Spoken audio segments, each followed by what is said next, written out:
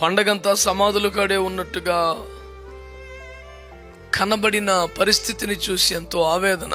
అపోస్తలుడైన పేతురు యొక్క మొట్టమొదటి చారిత్రాత్మకమైన ప్రసంగంలో తన మరణం ఆయన్ని బంధించి ఉంచుట అసాధ్యము గనుక ఉక్కిరి బిక్కిరి చేసి ఊపిరి ఆడకుండా చంపేసిన మరణం యేసు ముందు మోకరిల్లింది. సమస్య ఏదైనా, సవాల్ ఏదైనా, యేసు ప్రభు 2 రోజులైనా కనీసం భూమి మీద ఉన్నప్పుడు పగలంతా పరిచయం, రాత్రి అంతా ప్రార్థన. కాబట్టి 2 రాత్రుల సమాధిలో మంచి రెస్ట్ తీసుకున్నారు. అంతేనా? నిజంగా దేవుడు మరణం అనే గెలిపించేవాడైతే 3 రోజులు ఎందుకు ఆగాడు? అన్నీ లేకపోవచ్చు కదండి.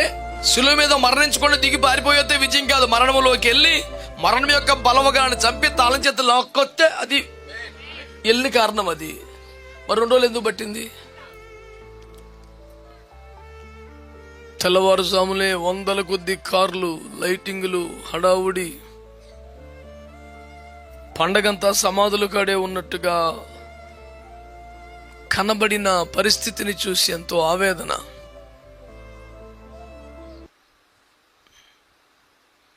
వేదన, దుఃఖం కలిగిన పరిస్థితి. ప్రభు మనల్ని తన సన్నిధిని నివసింపజేసినందున మనం ప్రభువుని స్తుతించవలసిన వారమైన. ఆ సమాధుల్లో తిరిగే వాళ్ళు తెల్లగడ తిరుగుతున్నారు. మీకేమొచ్చింది? పునరుద్ధాన్ని ఆరాధించేవారు. అట్లా చేయొద్దని ప్రభు పేట మనవి చేస్తున్నాను. నేను ఎప్పుడు దేవుని సన్నిధిని కనబడుదునా అన్న మనసు ఉండాలి. కనుక కొంచెం ప్రాణం బాగాలేదండి, కొంచెం నీరసంగా ఉందండి, వింతైన విషయాలు కాదు, ఎవరికైనా వస్తుంది నీరసం. శరీరం ఉన్నంత కాలం ఏదో ఒక బలహీనత ఉంటుంది. కనుక వాటిని మీరు పట్టించుకోకూడదు. వాటిని అణిచివేసి తొక్కివేసి ఆత్మ బలముతో ముందుకు సాగాలి. ఈనాటి మన ధ్యానము కొరకై మత్తయి సువార్త 28వ అధ్యాయము 2వ వచనము నుండి 5 వరకు. దూత ఆ స్త్రీలను చూచి, మీరు భయపడకుడి, సిలువ వేయబడిన యేసును మీరు వెదుకుచున్నారని నాకు తెలియను. ఆయన ఇక్కడ లేడు, తాను చెప్పినట్టే ఆయన లేచి ఉన్నాడు. రండి, ప్రభు పండుకొనిన స్థలము చూచి త్వరగా వెళ్ళి ఆయన మృతులలో నుండి లేచి ఉన్నాడని ఆయన శిష్యులకు తెలియజేయుడి. దేవునికి మహిమ కలుగును గాక. అందరూ మంచిగా చెప్దాం, దేవునికి స్తోత్రం. ప్రభునందు మిక్కిలి ప్రియమైన దేవుని బిడ్డలారా, ఈ ఉదయకాలము యేసు క్రీస్తు పునరుద్ధాన విషయమునికి సంబంధించిన కృతజ్ఞతారాధన, ప్రతిష్టారాధన మనము చేస్తున్నాం. ఈ మహోత్సవములో 4 ఆరాధనలో 4 సందేశాలు మనము ధ్యానించబోతున్నాం. అందులో మొట్టమొదటి సందేశం, భయపడకండి. దేవునికి స్తోత్రం చెప్పండి. ఆమేన్. దేవుని వాక్యం తెలియజేస్తుంది, మీరు భయపడాల్సిన పని లేదు. మీరు ఎందుకు భయపడనక్కర్లేదంటే,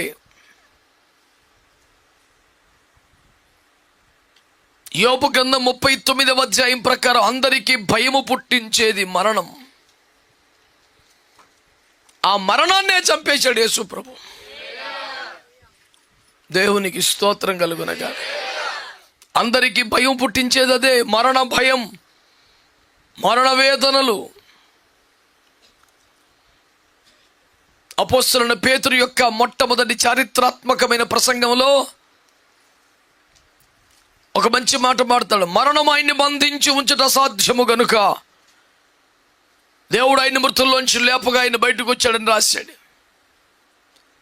అదే అధ్యాయములో పరిశుద్ధునికి కుళ్ళు పట్టనియ్యవో అనే వాగ్దానం నెరవేర్చాడు అని రాశాడు. ఈ రోజున మనము భయపడనక్కర్లేదనే మాట కేవలం కంటి తొడుపు మాటగానో, ఓదార్చే ప్రయత్నంగానో, ఏదో విధంగా ఆదరించాలి కనుక ఆ మాట వాడటంగానో మీరు చూడక్కర్లేదు. ఇది 100% నిజం. ప్రపంచంలో ఎవరినైనా భయపెట్టగలిగేది, దాదాపు ప్రపంచాన్ని జయించాలని విజయకరముతో ఊగిపోతున్నటువంటి అలెగ్జాండర్ ది గ్రేట్ని కూడా ముఖంలో రంగులు మారేలా చేసినటువంటి మరణం. దేవుని బిడ్డలారా, హిట్లర్ లాంటి వాడిని కూడా నైరాశ్యములో ముంచేసి ఉక్కిరి బిక్కిరి చేసి ఊపిరి ఆడకుండా చంపేసిన మరణం యేసు ముందు మోకరిల్లింది. యేసు ముందు పూర్తిగా ఓడిపోయింది. అందుచేత నేను మీకు జ్ఞాపకం చేస్తున్నాను, నీకున్న సమస్య, నీకున్న శత్రువు, నీకున్న ఇబ్బంది, నీకున్న పోరాటం ఏ పాటివి? 1 కొరింథీ పత్రిక 15వ అధ్యాయములో శత్రువు మరణం అని రాశాడు. అది భయమైనా, అది వేదనైనా, అది శత్రువైనా, ఎవడైనా వణికించేదైనా దాన్నే ప్రభువారు చంపేశారు. ఇంక దేనికి భయపడాలి? రోగానిక, కష్టానిక, బాధక, శ్రమక, ఇబ్బందిక, శత్రువుక? భయము పుట్టించు దానిని చంపి అవతల పడేశాడు. దేవునికి స్తోత్రం కలుగునగా. మీరు ఇంకెందుకు దేనికి భయపడాలా? మేము అన్నిటికన్నా ఎక్కువగా భయభ్రాంతులకు గురి చేస్తున్న విషయం ఏమిటి? చదువుకునే పిల్లలకైతే పరీక్షలు, వాటి ఫలితాలే. దానికి మించిన బండరా ఇంకేమి లేదు వాళ్ళకి. పరీక్షలు రాసినంతకాలం అదొక భయం, తర్వాత నుంచి రిజల్ట్స్ కోసం భయం, ఆ తర్వాత మనకు తగలబడ్డ ఈ మాత్రం మార్కులు ఏడ సీట్ వచ్చుద్దు అన్న భయం. ఇంత పెద్ద ర్యాంకుకి అంత పెద్ద ఫీజు డాడీ కడతాడో, ఈ బాగలు కొట్టి మళ్ళీ ఏదన్నా అమాయకమైన కోర్సులోకి నెట్టేస్తాడో అని ఒక భయం. ఈ బాధ్యత లేని పిల్లగాడికి ఎన్ని భయాలు ఉంటే, ఇన్ని భరిస్తున్న అమ్మ నాన్నకి ఇంకెన్ని భయాలు. ఇది ఒక విద్యల కాన్సెప్ట్లోనే ఇన్ని భయాలు ఉన్నాయి. ఇక ఆరోగ్యాలు, ఆత్మీయతలు, ఆర్థికాలు చెప్పేదేముంది? వీటన్నిటి ప్రభావానికి గురై తగ్గిపోయిన ఆరోగ్యం మాట ఎక్కడా? దేవుని ప్రజలారా, నీ సమస్య ఏదైనా, సవాలు ఏదైనా, చావునే చంపి విజయ ఢంకా మోగించి మరి ప్రభు చెప్తున్నాడు, ఇక నువ్వు భయపడాల్సిన పని లేదు. దేవునికి స్తోత్రం కలుగునగా. నువ్వు భయపడాల్సిన పని లేదు. ఇంకేమాగింది ఆయన ముందు? రోగాలు పారిపోయినాయి, దయ్యాలు పారిపోయినాయి, తుఫాను అణిగిపోయింది, సముద్రం నిమ్మలమైపోయింది. వీటికే ప్రపంచం నివ్వెరబోతే ఈసారి ఏకంగా సావే చచ్చిపోయింది. దేవునికి స్తోత్రం కలుగునగా. కనుక ఈ దినాన ఒక సంతోషభరితమైనటువంటి వార్త మీ దృష్టికి తెస్తున్నాను. నిన్ను వేధించే, బాధించే ప్రశ్నలుగా నిలబడుతూ జవాబులు కనబడివ్వకుండా చేస్తున్నది ఏదైనా, దాన్ని తోసవతలు పడేసే మహాశక్తి గల దేవుడు చావునే చంపి సజీవుడిగా తిరిగి లేచి ఖాళీ సమాధిని చూపిస్తూ నీకు చెబుతున్నాడు, నువ్వు ఇక భయపడవలసిన పని లేదు. కనుక వింటున్న ప్రజలారా, ఆత్మీయ జీవితం కానీ, మానసిక పరమైన ఒత్తిడి కానీ, అనారోగ్యాలు కానీ, ఆధ్యాత్మిక లేమి కానీ, ఏది నిన్ను కలవర పెడుతుందో, భయపెడుతుందో దాని వైపు తిరిగి చెప్పు, ఏయ్, నా యేసుని నేనాడో చంపేశాడు. ఆయన సజీవుడిగా తిరిగి లేచి మా మధ్యకు వచ్చేసాడు. నువ్వు యేసు ముందు గెలవలేవు. యేసు నాలో నిలిచి ఉన్నాడు. నీ వల్ల కాదని ధైర్యంగా సమస్యతో మాట్లాడే దమ్ము ఈరోజు ఇంకొంచెం ఎక్కువ సంపాదించుకోమని నేను దేవుని పేరట మిమ్మల్ని ప్రోత్సహిస్తూ ఉన్నాను. ఇంకా భయపడవలసింది నేను అంటాను, యేసు క్రీస్తు నరుడిగా భూమి మీద అడుగుపెట్టినప్పుడు వచ్చిన సందేశమే, భయపడకండి, నేడు రక్షకుడు మీ కొరకు పుట్టి ఉన్నాడు. ఆయన అడుగు పెడితేనే అంత ధైర్యం అయితే, వచ్చి చేయవలసిన పనులను చేసి సావును కూడా చంపేసి తిరిగి లేచేకి ఇంకెంత ధైర్యం రావాలా? దేవునికి స్తోత్రం కలుగునగా. హల్లెలూయా. కాకపోతే నామకార్థ క్రైస్తవులు ఆయన పుట్టినప్పుడేమో విపరీతమైన తిండిలోను, ఆయన సావునే చంపు లేచినప్పుడు కేవలం పూలతో, కొవ్వొత్తులతో, సమాధుల్లోనూ బతుకుతున్నారు. అప్పుడు తప్పే, ఇప్పుడు తప్పే. అసలు తప్పే అడుగు ఒప్పు అన్నది లేదు. అంతగా ముప్పు చిరాకు చేస్తుందో కూడా చూస్తుంటే.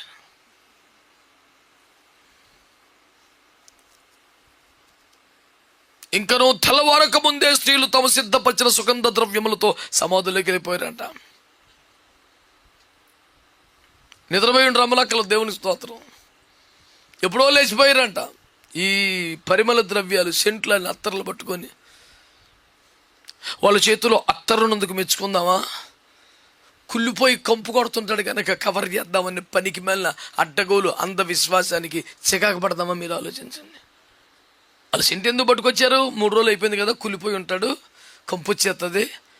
బాబాయ్ నా ప్రభు వాసన రాకూడదు, అందుకని నువ్వు కవర్ చేయాలి. యేసు ప్రభుని తయారైపోయి తెల్లరగట్ట సెంటేసుకొని నీ పాపాన్ని శాపాన్ని కవర్ చేసి, ఆమేన్. అసలు నువ్వు తండ్రి ముందు యోగ్యం నిలబట్టడానికి ఇన్ని పాటలు పడి సావునే చంప ఆయన తీసుకొస్తే, నీ పాపాన్ని రోగాన్ని శాపాన్ని కుళ్ళు కంపు దరిద్రం అంతా ఆయన తీసేస్తే, ఆయన కంపు కొడుతున్నాడు ఎవరో సెంటు పట్టుకొచ్చావంటే నీ భక్తి సూపర్. అసలు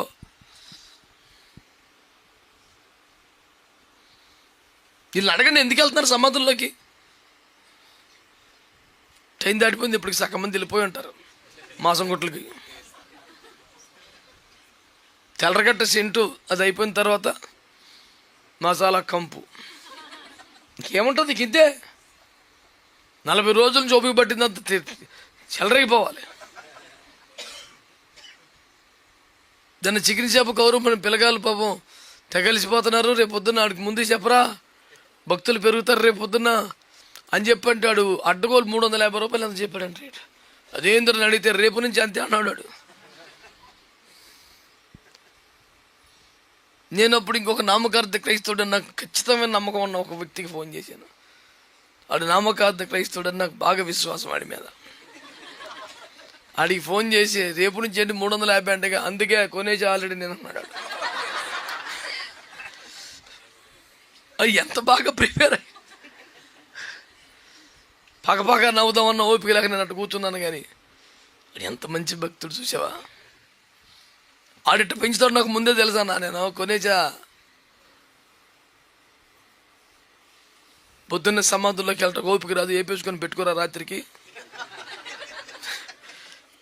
తినుకుంటూ వెళ్తే అని చెప్పాను. ఊరుకన్నా నువ్వు మరీనే బొత్తిగా ఉపవాసాలు ఉండమేంటి ఓ పూట. మీకు ఆ చిత్రం తెలుసా? రాత్రులు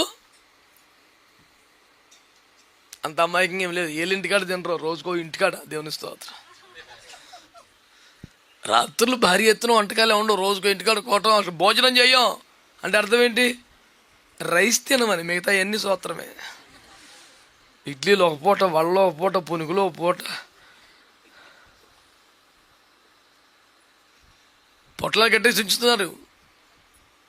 ఎందుకు పొట్లాలు కట్టేసి ఉంచుతున్నారు? ఏదో శ్యామ తినాలి అంటున్నారు, సిలువ ధ్యానం అంటున్నారు, అందరు తినేస్తున్నారు ఏంటి అనుకుంటారని ఇంటికి పట్టుకెళ్ళిపో తినిపో. ఇంకా అక్కడ తింటే బాగోదు, ఇంటికెళ్ళి చక్కగా డ్యూటీ నుంచి అలాగే తిన్నగా ఏదో పాతనికి వెళ్ళిపోయి కొత్త పొట్లను తెచ్చేసుకుంటే దేవుని కృపలో ఆహా ఎంత భాగ్యమో. సిలువ ధ్యానం పేరిట పూటకు ఒక వెరైటీ దయచేస్తున్న దేవా. ఎంతోటి దానికి రేపు రెడ్డి పేరు పొద్దున ముందే కొనుకేసుకున్న దూరం మనం ఏమనాలరా? మీరు అలాగన ఉండక అది 2-3 ఉన్నారు. మిగతా వాళ్ళందరూ మరి ఇది అయిన పిమ్మట మనము ఏమి చేయదము అనే చర్చలో ఉన్నారా? చర్చిలోనే ఉండండి. ప్రభువుకి స్తోత్రం, హల్లెలూయా. ఈ దినమున దేవుని వాక్యము ద్వారా నేను మీకు అందిస్తున్న ఉపదేశం ఏమనగా, భయపడకండి. రోగాలు, రూపులు, బాధలు, కష్టాలు, పరీక్షలే ఏంటికి భయపడేదే? సావే చచ్చిపోయింది. అలా దేని భయపడుతున్నావు నువ్వు? లెక్క చేయవలసిన పని లేదు, భయపడవలసిన పని లేదు. ఈ సమస్య ఏది కానీ మరణం కన్నా పెద్దది కాదు కదా, అదే చచ్చిపోతే. ఏమన్నా అయ్యారు మీరు చెప్తుంటే మంచి హుషారుగా అనిపిస్తుంది కానండి, పరిస్థితుల వైపు చూస్తే ఎంతో దిగులు. మీకేం తెలుసండి? You don't know the practicality of my problems, you know. మీకంటే బోల్డ్ మంది ఉన్నారు బిడ్డలో, మీరు పిలిస్తే 10 మంది వస్తారు, మాకెవరు లేరు. మా బాధలు మేమేం పడాలి? చస్తా ఉంటే కనీసం గొంతులో నీళ్ళు పోసే దిక్కు లేదు. తృణీకరించబడ్డాం, వెలివేయబడ్డాం, ఒంటరి అయిపోయావురుగా. ఎంతమంది ఉన్న సమాధులు యేసు ప్రభుతో పాటు? అమ్మా ఇక్కడ 12 మంది చుట్టూ ఉన్నారా? చెట్టు కొడతా తెల్లవారులు ఏర్రా ఒకడం. ఎంతమంది ఉన్నారు? ఏ రక్తమే జయం ఆ టయ్యానికి పరలోకము నుండి ప్రభుదూత దిగి వచ్చి రాయిని పొర్లించి అవతల పడి వచ్చే ప్రభా యేసు రక్తం ఏం చేయ స్తోత్రం చెప్పరే. నీకు ఎట్నుంచి రావాలి సహాయం? బంధువుల, మిత్రుల, స్నేహితుల, ఎవరండి వాళ్ళు? నువ్వు శుభ్రం కొంటే హాయి చెప్పేవాళ్ళే. విన్నావా? నువ్వు కొంచెం డల్ అయ్యావని తెలిస్తే ఎందుకు వచ్చిందిలే బాబు, మనం వెళ్తే ఏదో ఒకటి ఖర్చు తగులుకుంటుందని. మీకు అర్థమైందా? నువ్వు హుషారుగా ఉంటే విందు చేస్తే వచ్చి తింటాక బోల్డ్ మంది ఉంటారు, కానీ కష్టాల్లో ఉంటే ఆదరించడానికి వెళ్తే ఏం ఖర్చు తగులుకుంటుందో అని చాలా బిజీగా ఉన్నానని నటించే బంధుమిత్రులు కుప్పలు తెప్పలు ఉంటారు నాన్న భూమి మీద. నీకు సహాయం ఎక్కడి నుంచి అందకపోయినా ఆమేన్ హల్లెలూయా. విజయ దుందువి భోగించి విజయ శంఖారావాన్ని పూరించి దిగ్దిగంతాలకు విజయనాథాన్ని ప్రకటించే జయగీతం ఆలపించే ఒక అద్భుతమైన గడియ నువ్వు అనుభవించి ఆస్వాదించడానికి నీకు అడ్డుగా ఉన్న రాయి ఏదైనా సరే దాన్ని పొర్లించడానికి ఎక్కడెవరు ఉండకపోవచ్చు. దేవుడు పరలోకంలో ఒక దూతను పంపించి రాయిని పొర్లించి ఆమేన్ దర్జాగా నుంచోబెడతాడు. నేను ఎక్కడికి రావాలి, ఎవరి ముందుకు వెళ్ళాలి, ఎక్కడ నిలబడాలి, ఎక్కడ నిరూపించుకోవాలి, రెడీ దేనికైనా సరే. ఎవడు సపోర్ట్ చేసేదే? మాట్లాడతలేదు మీరు? బ్యాగులో అగరొత్తులు ఎన్ని పెట్టుకుని వచ్చారా? దరిద్రమని చెయ్యి. కొంతమంది ఉన్నారు మనం అలాగే తెల్లగట్లే సమాధికి వెళ్ళండి, చర్చికి వెళ్ళి అప్పుడు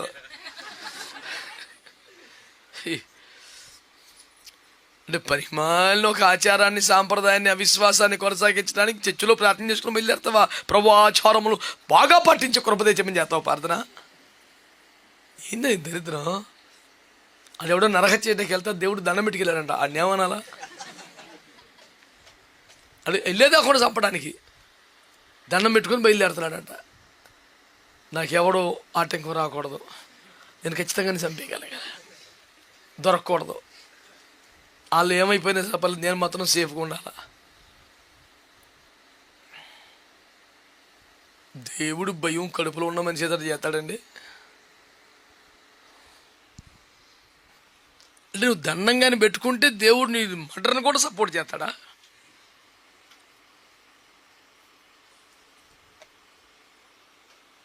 నిన్న మనోడు ఒకడు 7 మాటలు చెప్పాడంటే మటర్ అయిపోతాడు, నా చేతిలో దొరికాడు అన్నాడు.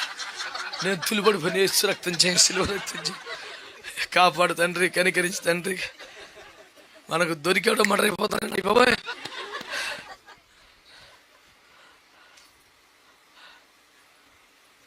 నేను వెనకాల నుంచి మొరపెడుతున్నాను, నువ్వు ఎందుకు చంపేస్తాం. స్తోత్రం హల్లెలూయా. ఉద్యోగం ఎక్కువైపోయి అలాగ వచ్చేస్తుంటాయి. అందుకని నేను ఎప్పటికప్పుడు పక్కన కూర్చొని ఉంటాను. నాలాంటి వాడు పక్కన లేకపోతే ఇంకెన్ని ఘోరాలు నేరాలు జరిగిపోతాయి తండ్రి. శాంతం డ్రైవింగ్ ఇవ్వకపోవట కారణం అదే. పక్కన ఇంకో స్టీరింగ్తో నేను కూర్చున్నాను, అందుకే మొత్తం వదిలేత్తి తొక్కించుకెళ్ళిపోతారు జనాలు. నా భయం నాకు, ఎందుకంటే డ్రైవర్ ఆడిన కారు నాది కదా. ఈ లేటెడ్ చేసేస్తారు, నా బెంగ నాకు ఉంటుంది. లైసెన్స్ లేని డ్రైవింగ్ ఇచ్చేస్తారంటే ఓనర్ ఇచ్చేస్తారట, అదొకటి కదా. అదొక కేసు ఉంది. ఒకడేమో దూసుకుపోతున్నాడు, ఒకడేమో నన్ను కంగారు పెట్టకంటున్నాడు, ఒకడేమో నాకు టైం చాలదు అంటాడు. ఇంతమందితో మొత్తానికి ఈ అనుభవాలన్నీ దాటుకుంటూ పునరుద్ధరణలోకి వచ్చేసాం. వీళ్ళని సరిగ్గా దాటినెవరని బ్యాంక్ వచ్చేసింది, ఒక్కొక్కరిని చూస్తుంటే. కానీ దేవుడి దయ వల్ల గెంటుకు వచ్చేసాం. స్తోత్రం హల్లెలూయా. ఉదయకాలం నా ధైర్యం ఎందుకు భయపడద్దంటే, నీకు సహాయం చేసేవాడు ఎవడు లేకపోయినా, ఒక్కడు నమ్మదగిన వాడు కాకపోయినా, నీ శ్రమలో దుఃఖములో అమ్మయ్య బాధ వదిలిపోయింది, రబ్బబాడు సావుడు దత్తను మనకి మొత్తం వదిలి వెళ్ళిపోయినా నీకు సహాయం పరలోకం నుండి వస్తుంది. దేవుడికి దూతను పంపుతాడు. నీ కడ్డుగా ఉన్న రాయిని పొర్లించేవాడు ఒకడు ఉన్నాడు. ఈ ప్రోగ్రామ్ అంతా దేవుడు ఏర్పాటు చేసిపోయినాడు ఆల్రెడీ. నువ్వేమో లోపల కూర్చొని ఫోన్లు చేస్తున్నావు, అందరికి ఎవడు వస్తలేదని. ఎవడు రాడో అక్కర్లేదు, ఫోన్ ఆపేయి. ఏ శ్రమలో ఉన్నావు, ఏ చెరలో ఉన్నావు, అమ్మా ఇంకెవడికి ఫోన్ చేస్తున్నావు, ఎవరు తీరు. కాలింగ్ ఫ్రమ్ టోమ్ అంటే ఎవడు తెస్తాడు ఫోను. సమాధిలో నుండి నీకు ఫోన్ వచ్చిన ఇప్పుడు తెస్తాడు ఫోను, డబ్బులు ఎడు కొనుక్కొని పోనీ అవతల పారేస్తారమ్మా, ఇదేట్రా సమాధిలోంచి పోనా, నాకొద్దు. నీకున్న పొజిషన్ అలాంటిది, నీకున్న కష్టం అలాంటిది, నీకున్న ఇబ్బంది అలాంటిది. ఆ శ్రమలో ఉండి ఫోన్ చేస్తే ఎవడు ఎందుకు వచ్చిందిరా బాబు అని తప్పించుకుంటారు ప్రపంచం. కానీ నీ కొరికే పరలోకం తెరవబడి, ఒక దూత పంపబడి రాయిని పొర్లించి దాని పక్కన కూర్చొని వచ్చే పోయేవాడికి ఆన్సర్ చెప్పి ఏర్పాటు చేశాడు. దేవునికి స్తోత్రం కలిగి. హల్లెలూయా. అక్కడ ఆ రాసిన మాటలు కూడా నాకు పాడతా ఓపిక లేదు, కానీ ప్రభువు దూత పరము నుండి త్వరగా దిగి రాతిని పొర్లించి బలిరే దానిపై కూర్చుండే భయమునుందే కావలివారు. ఎట్ట బయటికి వెళ్తాడో చూద్దాం, ఎవడు ఎత్తికెళ్తాడో చూద్దాం, ఎట్లని పెద్ద రాయి పొరలించి దానికి ముద్రేసి సంఖ్యలు లేచి తుపాకులు పట్టుకొని బ్యాచ్ నుంచి ఉంటే వాళ్ళకే భయం వేసిందంట. ఇప్పుడు మనం భయపెట్టే బ్యాచే భయపడే బ్యాచ్యా? కొంచెం ధైర్యంగా చెప్పు. భయపెట్టే బ్యాచ్ ఎలా కనిపిస్తుంది? భలేవాడురా బాబు. అలాగేనయ్యా, ఏదో నువ్వు చెప్తున్నా కాసేపు ధైర్యంగా ఉండదు, కానీ ఇంకా అసలు ఒక పెద్ద మనిషి అన్నాడు, భయం అన్నది దయ్యమే కానీ వేరు, అసలు దయ్యమే భయం. కొత్తగా ఇంకొక దయ్యం ఎక్కడ ఉంది? నీ భయమే దయ్యం. ఎటుపోయి నరకాలు వచ్చేస్తుంది నీకు. నువ్వు చర్చిలో ఉన్నా నీ నిండా భయమే ఉంది కనుక నువ్వు సమాధుల తోటలో ఒంటరిగా 1 గంటకు అర్ధరాత్రి కీచురాల శబ్దం మధ్యలో ఉన్నట్టే నీకు. ఈ ప్రపంచంలో ఎక్కడ నన్ను పురుగులు కీటకాలు ఆస్ట్రేలియాలో ఉంటాయంట. నేను ఆస్ట్రేలియా పోతానని తెలిసి మా పిల్లగాడు మొదలుకొని అందరూ అయ్యే పడుతున్నారు ఫోటోలు. నాకు ఈ పురుగులు ఉంటాయి జాగ్రత్త, ఈ పురుగులు ఉంటాయి అత్యధికమైన క్రిమి కీటకాలు పురుగులు అన్నీ ఉండే దేశానికి వెళ్తున్నావు, జాగ్రత్త నాయనా. దేవుడి స్తోత్రం. హల్లెలూయా. ఇప్పుడు ఎటు చేయాలి? ఇప్పుడు నేను జాగ్రత్త అంటే నువ్వు పాములను తేలను ఎత్తి పట్టుకుందాం, భుజంగములను త్రొక్కి పడేస్తాం. పురుగులేట. దేవుని స్తోత్రం. స్తోత్రం చెప్పండి. హల్లెలూయా. ఎక్కడో ఉండే పురుగేటారు బాబు. 20,000 మంది నా లోపల ఉండి తినేస్తాను, షుగర్ పురుగుని పట్టించుకోలేదు.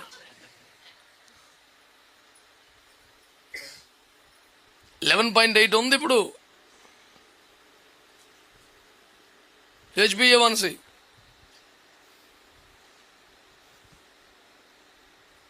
నిజానికి మనకు ఉండాల్సినటువంటి ఆర్థిక అవసరాలు, కష్టాలు, బాధలు ఇప్పుడు ఈ నెల ఇవన్నీ బయటపడాలంటే 1.8 crore ఉండాలా. 11.8 షుగర్ ఉంది. అంతా రివర్స్. ఉండవలసిందేమో లేదు, ఉండకూడదేమో. దీనిని బట్టి ఆయన ఆగుతాడండి. ఆడ ఆగుతున్నాం. ఒక్క పూట గ్యాప్ ఉందా? ఈ రోజుకి రోజుకు 3 ప్రసంగాలు, రోజుకు 200 కిలోమీటర్ల ప్రయాణం. పరిపూర్ణ ఆరోగ్యవంతుడు కూడా తిరగలేకపోతున్నాడండి. ఎక్లాస్ అనే మంచి ఎటదే రాయి మొక్కలాంటి పిల్లగాలు నేసుకెళ్తుండే వారం వచ్చేపాటికి చెరుకు రసం తీసేసిన పిప్పి ఉంటుంది చూడు, అలా తయారవుతాడు. అలా చూస్తాడు నా. ఇంకా నన్ను వెళ్ళి స్నానం చేసి వచ్చే మళ్ళీ మనం మీటింగ్కి వెళ్దాం. దండం బాబోయ్, ఇంటి దగ్గర అర్జెంట్ పని ఉందనో ఫోన్ వచ్చిదే ఏముండదు. అది తిరగలేక నాతో. ఒక్కరోజు తిరిగితే యేసు రక్తం విజయం. అడిగే కొత్త కొత్త దర్శనాలు, ప్రత్యక్షలు వచ్చేస్తాయి. లేనిపోని పరిచయాలు గుర్తొచ్చేస్తాయి. లేదు అలాంటిది ఏం లేదంటే కనుక వాడు ఎప్పుడు పడుకుని ఉంటాడు. నా దగ్గర ఉన్నా అదొక సమర్పణ. కారు ఎక్కుతాం పాపం, కూటంకి వెళ్తాం పాపం, ఆమెనంటాం పాపం, పడుకుని పాటమే. ఇంకా ఆ రకంగా అయితే ఎన్ని రోజులని రావచ్చు మీటింగ్కి. 21 రోజులు ఫాస్టింగ్ చేయడానికి 5 కేజీలు గ్లూకోన్ డి డబ్బా కొన్నాడు ఒకడు. ఇంకెందుకు మరి ఫాస్టింగ్? 5 కేజీలు గ్లూకోన్ డి డబ్బా, ఇంత డబ్బా కొనుక్కున్నాడు. కొంచెం నీరసం అనిపించినప్పుడల్లా ఇంత పౌడర్ కలిపేసి తాగేస్తున్నాడు. ఇంకెందుకు ఫాస్టింగ్? అడిగి నీరసం వస్తుందా? తెల్లగట్టది మధ్యాహ్నం మజ్జిగ, రాత్రి కొబ్బరి బొండం. 40 రోజులు ఇట్రా 400 రోజులు చేసేయచ్చు. ఆడి ఫీలింగ్ ఏంటంటే పంటితో కొరకూడదు. ఆడి ఉపవాస నియమం అదే. అటుపండి నేను ఫాస్టింగ్ అంటే అటు జ్యూస్ ఇచ్చి తాగేతాడు. అటుపండి కానీ బొప్పాయికే తాగేతాడు. ఆడి ఫీలింగ్ అలా పంటికి అదొక్కటే ఫాస్టింగ్. ఇది దాటితే అసలు ఫాస్టింగ్ గొడవలేదు. మీరు అలాగేనా? కొన్నిసార్లు కంట్రోల్ చేసుకోలేంత నవ్వు ఎందుకు వస్తుందంటే ఆ ఫోటో మందే, ఇది రాదే. స్తోత్రం చెప్పొద్దులే కానీ నేను చెప్పేది ఒకటే, భయపడకండి నాన్న. ఎవడ నీకు సాయం చేసేది? పరలోకం తెరవబడుతున్న దేవత దిగి వచ్చి బలిరే దానిపై కూర్చుండే భయమునుందే కావలి వారు. భయపెడదామని సంఖ్యలు వేసుకొని కత్తులు వేసుకుంటే ఆడికే భయం వేస్తుంది. లేచినాడురా సమాధి గెలచినాడురా యేసు. మీ గొంతులకు తెలియదు. లేతునని తా చెప్పినట్లు లేఖనములో పలికినట్లు లేచినాడురా. అది మరి లేదంత పెద్ద పెద్ద ముద్రలు వేసేసి వాళ్ళు ధైర్యంగా క్రూరంగా కనబడతారు కానీ వాళ్ళకే భయం ఎక్కువండి. ఎవరికే? చంపేస్తానంటాడు వాడికి. జంతు శాస్త్రం ప్రకారం శాస్త్రవేత్తలు చెప్పేది ఏంటంటే, పాము ఎవరైనా కాటేస్తే 90% నన్ను చంపేస్తారని భయం వేసే కాడేస్తుందంట. వాళ్ళు చెప్పిన మరి నాకేం తెలుసు, నాకు అటు భాష వచ్చి అట్లా చెప్పారని చెప్పుందా. శాస్త్రవేత్తలు వారికి భయం వేశారంటండి. మీరు చంపేస్తాడని కంగారు పెట్టి కరిచేస్తుందంట. కాటేసే వాళ్ళు, మీద పడిపోయే వాళ్ళు, చంపేసే వాళ్ళు అందరూ పిరికోళ్ళండి. భయం వేసాలి పని. ఇతను ఉంటే మా మతం పోద్దని. ఆమె ఈయన ఇలాగే కొనసాగితే కనుక ఇక మన మతాచారాలు పనిచేయమని అంధవిశ్వాసాల నుంచి ప్రభువు సత్యంలోకి ప్రజలు వచ్చేస్తారు. భయం అడిగే. యేసును భయపెట్టాలంత రేంజ్ కాదు. యేసు వల్ల భయం పోతుంది. అమ్మ బాబోయ్ ఇతడు ఉంటే మన ఆటలకి సాగో, వ్యాపారం సాగదు, మతం పేరు మీద మనం చేసే దందాలు నడవు. భయం వేసే ఒకడికి నిన్ను అటాక్ చేసేవాడు ఎవడైనంతే భయం వేసే. అందుకనే ఉగ్రవాదులు కానీ తీవ్రవాదులు కానీ మందు పాత్రలు పేల్చి ఏదన్నా చేస్తే వెంటనే ప్రభుత్వ అధినేతలు ఇచ్చే స్టేట్మెంట్ పేపర్లు సారా, ఇది పిరికి పందుల చర్య. చుట్టూ 50 మందికి గన్మెన్లను పెట్టుకొని చెప్పాలన్నమాట. ఇది మేము తీవ్రంగా ఖండిస్తున్నాం. ఎవడో ఉన్నాడా? పిరికి పందుల చర్య. ఎంత ధైర్యం, అంతమంది పోలీసులను చంపేశారా అని మనం అనుకుంటుంది. పిరికి పందుల ఇటు పిరికి చర్యలు మేము తీవ్రంగా ఖండిస్తున్నాం. భయం వేసినోడు చేసే పనులు అంటే అయ్యే.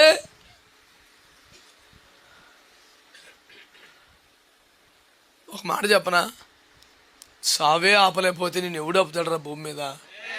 నువ్వు ఎందుకు భయపడిపోతున్నావు అనవసరంగా? దేవునికి స్తోత్రం కలుగునగా. ఇవాళ మాట్లాడగానే లోపల తలుపులేసేసారు, మాకు ఎటు బయటకు వస్తా దారి కనపడతలేదు. వస్తాడరా దేవుడు, తన దూతను పంపుతాడు రాయిని పొర్లించేసి. పొద్దు పొడవక ముందే స్త్రీలు సిద్ధపరచిన సుగంధములు శ్రద్ధతోడా తెచ్చి యేసుకు రుద్దుదామని వచ్చి చూడా. స్తోత్రం. వీళ్ళ విశ్వాసం ఎంత గొప్పదంటే ప్రభు కంపు కొట్టేస్తుంటాడు బాబు. ఆ సమాధికి నెహెమ్యాను పెట్టవలసిన జుట్లు పట్టుకొని గోబలు వాయించేసిన ఒకటి. నా అప్పుడు ప్రభు నెహెమ్యాకి ఎక్కడ డ్యూటీ ఎత్తానా, ఒక్కొక్కరు ఇట్లా ఏంటి ఎవరికి పొద్దామని వచ్చాను పటా పటా కొట్టి. నేను కూడా జఫన్యాను కాబట్టి తిట్టొదిలేస్తామే. నీకేమైనా అయ్యుంటే ఏసు రక్తమే అనిపిస్తుంది. మరి ఏం వాక్యాలు చదువుతారండి పిచ్చి పనులు కాకపోతేను. ఇప్పుడు నిన్న సమాధుల్లో యేసు ప్రభు లేడు. యేసు ప్రభు లేడని మాకు తెలుసులే బాయ్, మా ఊడు ఉన్నాడు పని మీ ఊడు ఉన్నాడు.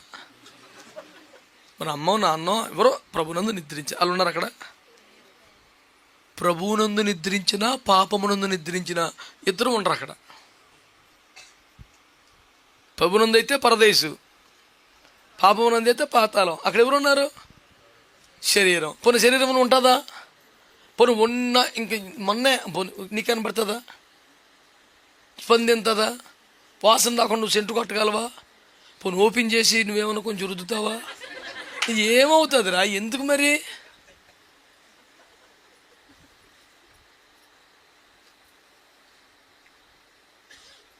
పాస్టర్ గారు, you are hurting me. No brother, you are hurting Jesus. నేను నిన్ను బాధ పెడతలేదు, నువ్వు యేసు ప్రభువుని బాధ పెడుతున్నావు. నీ అవిశ్వాసంతో, అంధవిశ్వాసాలతో. ఒకడున్నాడు, ఆయన లేడని తెలుసులేండి, మా వాడు. ఇప్పుడు మీ వాడు ఉన్నాడా? మరి ఎవరు ఉంటారు? ఇలాంటి తెంగరోడు ఎవడన్నా ఒత్తి కొంచెం బలహీన పద్దామని ఏదో ఒక దయ్యం ఉంటుంది మా ఉంటే. మళ్ళీ సమాధిలో దయ్యాలు ఉన్నాయని చెప్పని చెప్పండి, నా మీద ఒక ట్రోలింగ్ మళ్ళీని. అవును, నేను చెప్తున్న మాట నిజమే. అవిశ్వాసం అనే దయ్యం, మూఢనమ్మకం అనే దయ్యం, భక్తిహీనత అనే దయ్యం, ఇవన్నీ కాపు కాసుకుని నువ్వు ఎలాగో వస్తావు అక్కడికని.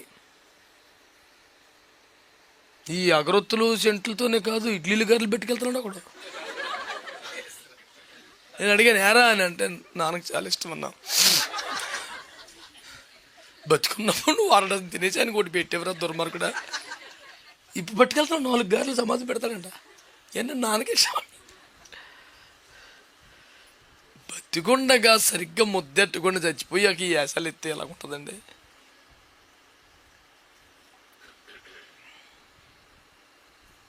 ఇంకా కొంతమంది మంచి వాళ్ళు ఉన్నారు, నాన్నగారి పేరు అమ్మగారి పేరు 10 మందికి అన్నం పెడతారు. ఆడు ఇంకా మంచుడే.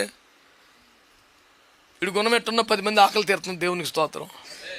అది కొంచెం సంతోషమే. నాన్నగారి పేరు మీద మా నాన్నగారికి చాలా ఇష్టమైన బిర్యానీ ఉండి 50 మందికి పెడతాను, మంచోడు, వెరీ గుడ్. మంచోడివే కొంత పోన్లే. నీ భక్తి ఎలా తగలబడ్డా నీ వలన 10 మందికి ఆకలి తీరుతుంది, సంతోషం. వెళ్ళు అన్నం పెట్టు. నువ్వు ఏ పాయింట్ మీద 10 మందికి అన్నం పెడతానంటే హ్యాపీయే.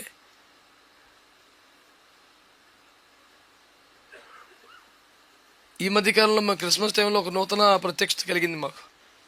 మన పిల్లలందరూ బిర్యానీలు ఉండి అయ్యుండి పట్టుకెళ్ళి అందరికి పెడతారు కదా క్రిస్మస్ రోజున. ఆ బిర్యానీలతో పాటు ప్రేమ విందు కొరకు సిద్ధపరిచినటువంటి పదార్థాలు అయిపోతుంటే, అమ్మో గబగబా తగ్గుతుందేమో అని కంగారు పడి ఓ 10 కేజీలు వైట్ రైస్, ఓ 10 కేజీలు వెజిటబుల్ కర్రీ అప్పటికప్పటికి తగ్గుతుందేమో కంగారు పడి వండారు. కానీ ముందే సరిపోయినాయి. ఈ ఫ్రెష్గా అప్పుడే వండిన అన్నం కూర అలా ఉండిపోయింది. దీని జోలికి అలా అయ్యే సరిపోయినాయి. ఎందుకన్నా మంచిదని టెన్షన్ పడి ఉండేశారు. సరే ఇప్పుడే వండిన తాజా అన్నం కూర కదా అని వేడి కారులో పట్టుకెళ్తే ఒక్కడం కారు రాకంగా పరిగెత్తాడు. ఏంటి బిర్యానీ కాదు అదే. ఏడు ముఖం వేసుకొని వేడి అన్నం తెచ్చేసారు ఇంటికి. ఎవరు తీసుకుంటా లేదన్నా? వేడి అన్నం కూర వద్దన్నారా? ఎందుకు వద్దన్నారంటే బిర్యానీ కాదని. ఆహా, ప్రజల సౌభాగ్యము ఎంతగా విస్తరించినది. నేను మీకు చెప్పే సువార్తను మంచిగా వినండి బిడ్డలారా. నువ్వు దేనికి భయపడుతున్నావు నాకు చెప్పు. సావే చచ్చిపోతే దేవునికి స్తోత్రం. అదే పారిపోతే నువ్వు దేనికి భయపడుతున్నావు నాన్న? అసలు మీరు అడిగే ప్రశ్నకు నేను చెప్పే జవాబు, దేన్ని బట్టి ధైర్యం తెచ్చుకోమంటావు అని అడిగితే, నువ్వు ఉన్నది సమాధిలో, అంతా అంధకారమే, లోపల ఎవరూ లేరు, బయట ఉన్న వాళ్ళందరూ నేను రాకుండా చేయడానికే ఉన్నారు. ఇన్ని రకాలున్నా నీకు సహాయం పరలోకం నుండి పంపబడింది. నీ కొరకే దూత దిగి వచ్చాడు, నీ కొరకే రాయిని పొరలించారు, నీ పక్షంగా వచ్చిపోయేవాడికి జవాబు చెప్తున్నారు. దీన్ని బట్టి నువ్వు దేవునికి స్తోత్రం. నీ మీద వేసిన ముద్ర ఏంటి? పోద్ది. ఆమేన్. నీకు వేసిన సంఖ్యలు ఏంటి? పోతాయి. నీకు పెట్టిన అడ్డుబండి ఏంటి? దొర్లించి పారేస్తారు యేసు రక్తమే. హల్లెలూయా. ఇదంతా చేయడానికి దేవుని పరలోకంలో ఒక ఏర్పాటు చేయబడింది. ఒక దూత నియమించబడ్డాడు. స్తోత్రం చెప్పండి. ఆ సమయంలో దూత ఖచ్చితంగా వచ్చేస్తాడే. దేవుని ఏర్పాటు, దేవుని సమయం. ఒక చిన్న మాట చెప్పి ముగిస్తాను. యేసుప్రభు 2 రోజులైనా కనీసం భూమి మీద ఉన్నప్పుడు పగలంతా పరిచయం, రాత్రి అంతా ప్రార్థన. కాబట్టి 2 రాత్రుల సమాధిలో మంచి రెస్ట్ తీసుకున్నారు. అంతేనా? ఆయన ఏం చేశారట? చెరను చెరగా పట్టుకొని పోయి మనుషులకు ఈవుల్ని ఇచ్చాడు. నేడు నీవు నాతో కూడా పరదేశులో, అంటే శుక్రవారం సమాధి నుండి నేరుగా ఎక్కడికి వెళ్ళాడైనా? పరదేశికి వెళ్ళాడు. తన ప్రత్యక్ష రక్తం ద్వారా ఆదాం మొదలుకొని అప్పటికప్పుడు మారిన దొంగోడు దాకా అందరికీ తన ప్రత్యక్ష రక్తం వల్ల విమోచన కలిగించాడు. అదేపైకి ఏం చేశాడు? ఆ పరదేశిని అలాగే పట్టుకెళ్ళి భూమి కింది స్థలముల్లో నుండి 3వ ఆకాశంలో పెట్టాడు. నేను చెప్పే రెఫరెన్స్లు ఎక్కడ ఉన్నాయి? ఎఫెసీ 4:8, 2 కొరింథీ పత్రిక 12:3. ఇవన్నీ దేవుడు తీసుకెళ్ళి అక్కడ పెట్టి మళ్ళీ వచ్చి పాతాళంలోకి వెళ్ళి మరణ వేదనలు భరించి బయటకు వచ్చాడు. ఎంత ప్రాజెక్ట్ జరిగింది. ఎందుకు చెప్పాను ఇప్పుడు ఇదంతా? నిజంగా దేవుడు మరణమునే గెలిపించేవాడైతే 3 రోజులు ఎందుకు ఆగాడు? అన్నీ లేపొచ్చు కదండి.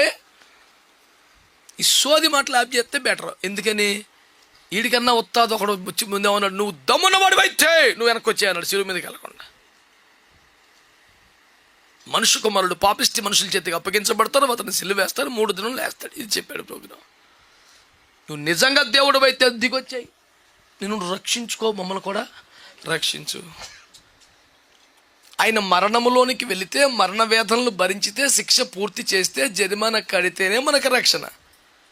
రక్షించడానికే ఆయన వెళ్తున్నాడు. మరణం యొక్క బలము గలవన్న సింపజేయడానికి మరణంలోకి వెళ్తున్నాడు. మరణం యొక్క పాతలకు తాల్చి లాక్కొత్తగా మరణంలోకి వెళ్తున్నాడు. ఇది అక్కడికి వెళ్ళకుండా ఆపుతాడేంటి పనికి మళ్ళాడు?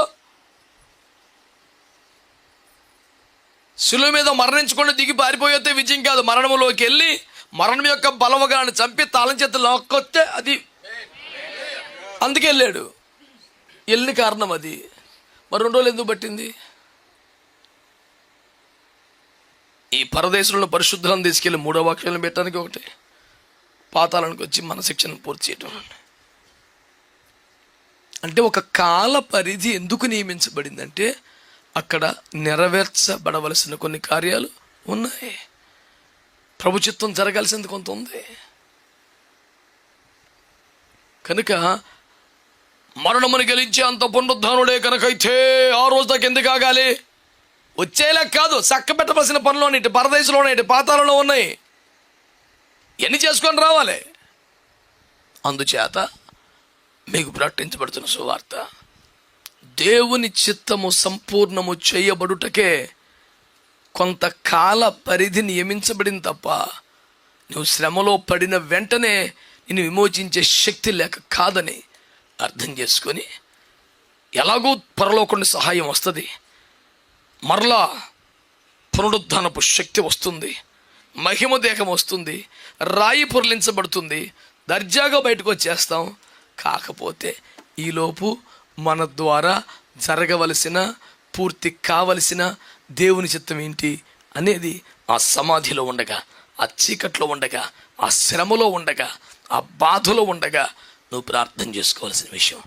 ప్రభువా, నీ అనుమతి లేకుండా ఈ శ్రమ రాలేదు, నీ చిత్తం కాకుండా ఈ పరిస్థితి రాలేదు, నువ్వు ఖచ్చితంగా ఇందులోంచి ఎలాగూ బయటికి తీసుకొస్తావు. ఇందులో ఉండగా, ఈ సమాధిలో ఉండగానే పరిశుద్ధులు తీసుకెళ్ళి అక్కడ పెట్టాలా, పాతాళలోకానికి వెళ్ళి శిక్షను పూర్తి చేయాలి. కనుక ఈ శ్రమలో ఉన్న ఈ 10 దినములే శ్రమ అని నాకు తెలుసు, ఈ 2 రోజులని నాకు తెలుసు. ఈ 2 రోజుల్లో నెరవేర్చవలసిన కార్యాలు నెరవేర్చే శక్తినివ్వండి, సంపూర్తి చేయవలసిన చిత్తానికి కావలసిన అభిషేకం నాకు ఇవ్వండి అని ప్రార్థన చేసుకుని నువ్వు బయటకు వచ్చేది పక్క, నువ్వు గెలిచేది పక్క, దర్జాగా రాయి పొరలిస్తే నిలబడేది పక్క. కాకపోతే ఇప్పుడు కావలసింది ఆ పీరియడ్ లోపే నా వలన జరగాల్సిన పని పూర్తయిపోవాలి. ఆమె ఇందు మూలముగా తెలియజేయబడుతున్న సత్యమేమనగా, నువ్వు కనబడకుండా దాక్కుని ఉండాల్సిన ఒక కాలం, మరుగై ఉండే ఒక కాలం, చీకటిలో ఉండాల్సిన ఒక కాలం, బయటికి రాలేని ఒక కాలం కూడా బయట చక్కబెట్టలేని అద్భుతమైన కార్యాలు చేయడం కొరకే దేవుడు ఏర్పాటు చేశాడు. నువ్వు మరుగై ఉండిన కాలం, దాచబడ్డ కాలం విచారించొద్దు.